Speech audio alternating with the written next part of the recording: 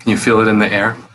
With the high holidays coming, if you exist anywhere near a synagogue or a community that's organizing services for the Chagim, for the high holidays, most likely there's chaos in the air. People are rushing to the door. The round challahs are all bought out from your local bakery. And if you're preparing to lead services, you're feeling your heart start to pulse with this incredible intensity. The rhythm of your own heart might be the sound of Chamol al Ma'asecha or some other of your favorite parts of the davening coming up. But this is a message that I want to share, not with those who are leading services, not those incredibly giving people who staff synagogue offices, who take incredible amounts of anxiety from people who just want to be part of the community these 3 holy days of the year. They just want to know they can belong, that they can come home, that they're considered part of the family. I'm not speaking to the office staff that deserves more credit than they ever get.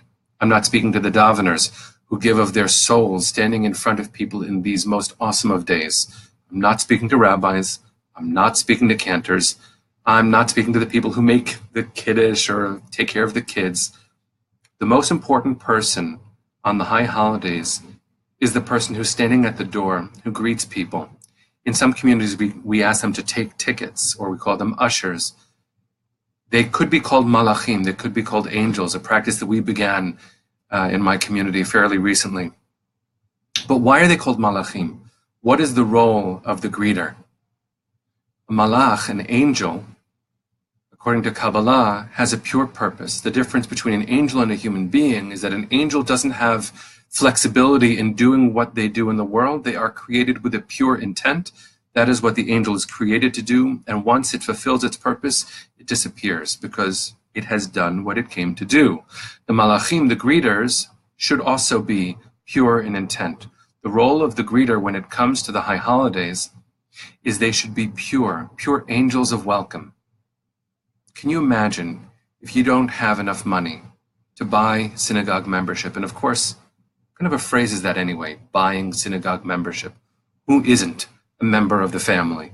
Who knocks on the door of a synagogue and should ever be turned away? So if you don't have enough money, you don't belong.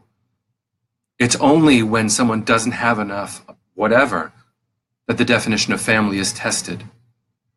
So this is a message specifically for those malachim, for those greeters who stand at the door.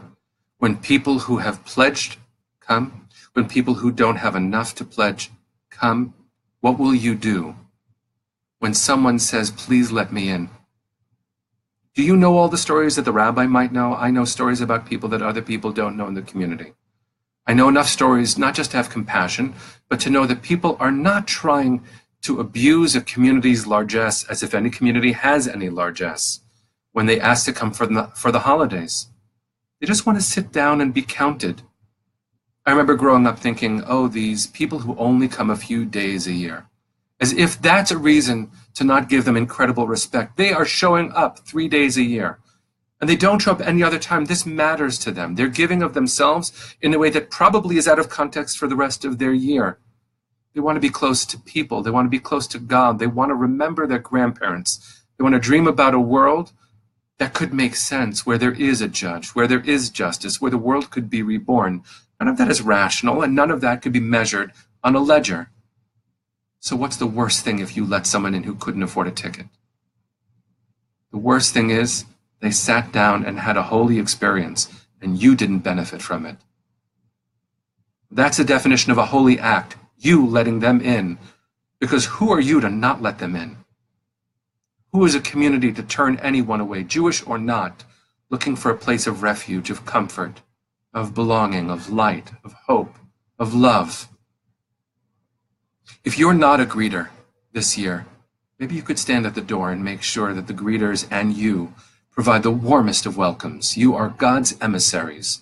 You represent the Jewish people. You do not represent a spreadsheet. You do not represent tickets. You represent the spirit of the world, aching to be reborn. And how could we be reborn if we turn each other away?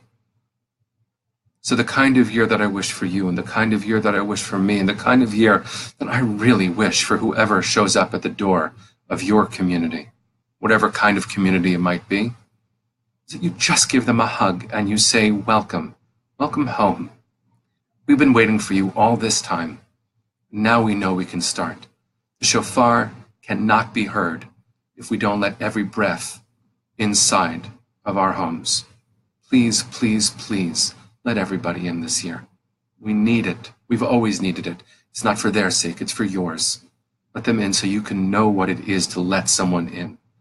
Because one day it'll be you waiting to be let in. What can you expect? You can only expect what you give. Please give. Please let everyone in. Shana Tova.